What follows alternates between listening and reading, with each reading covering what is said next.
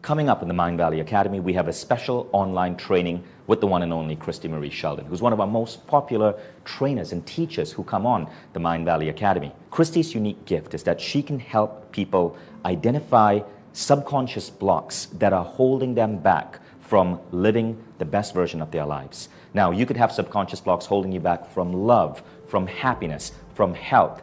But one of the biggest subsets of these blocks is abundance. So in this online training, Christie is going to show you a way to go deep within yourself and remember and understand how through childhood, particular blocks may have entered your subconscious, and to see how these blocks are holding you back today and how to eliminate these blocks. It's a really powerful training, and that's why whenever we bring Christine Marie Sheldon on, we always break records in terms of the number of people who show up for these online trainings.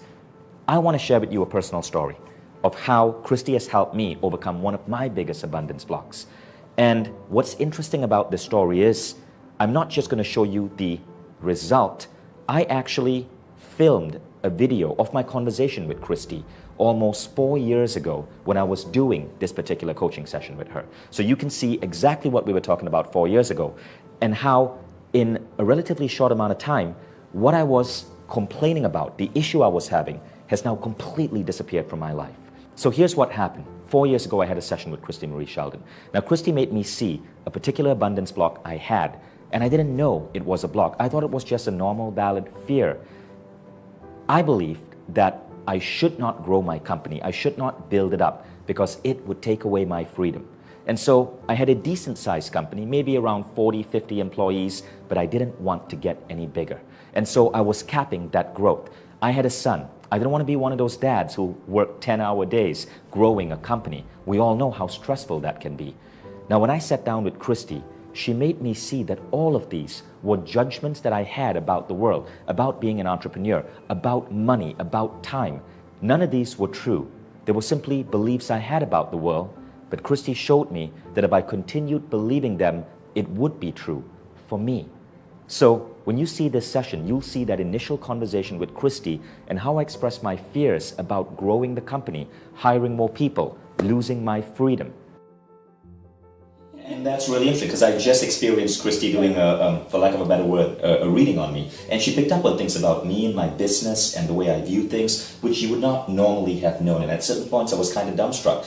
And she was able to pick up on points about my beliefs in terms of wealth, abundance, the way I view my business, the way I view employees, and things holding me back. And again, most of these things you would have no way of knowing. So for me, it was kind of weird seeing you pick up on these personal things I don't normally even share with my closest friends. But you were right in many ways, and you were able to point out certain aspects of how I view the world that was, to some degree, limiting the growth of my business. And as a result, the amount of money I was taking back home. Okay, so it's in your heart. There's a core belief that I can't be on my own and make more than X amount of money. So you do have a belief about that. Now, there's a stuck place from your heart to your root. Like our root is how we ground ourselves into the world and make things happen.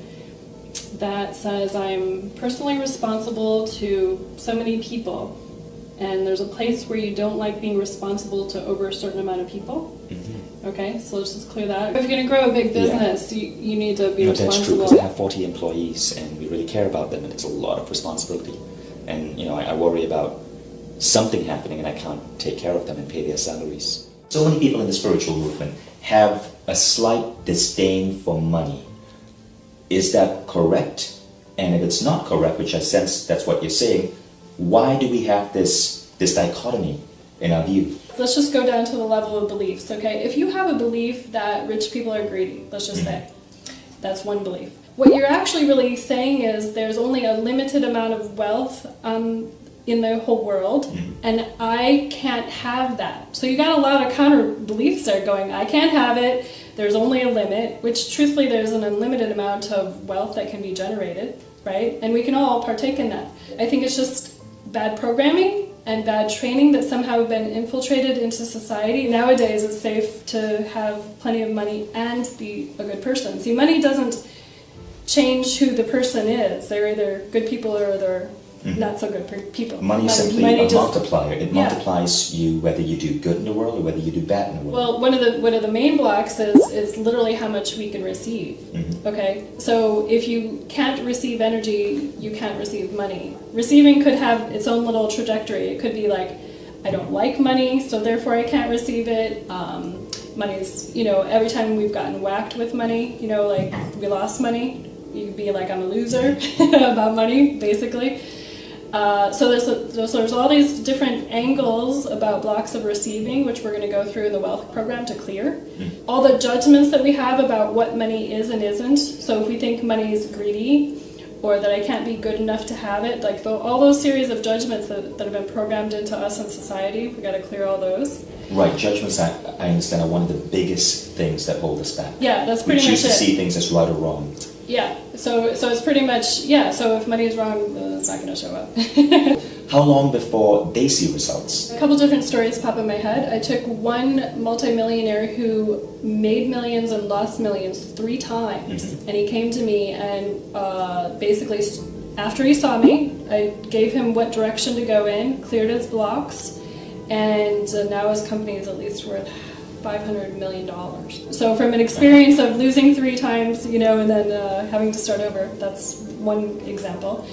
I have a podcast in there with Faye. She worked with me and she did the 30-day program, and she basically within 30 days she manifested a whole new life with all of her gurus. Like she was in the business of addiction, and so within the 30 days she started manifesting all these gurus of addiction to actually partner with them and do various businesses. Do you have to work with people one at a time, or can you work with a group of people at one time? No, I work with groups of people, and it's really interesting.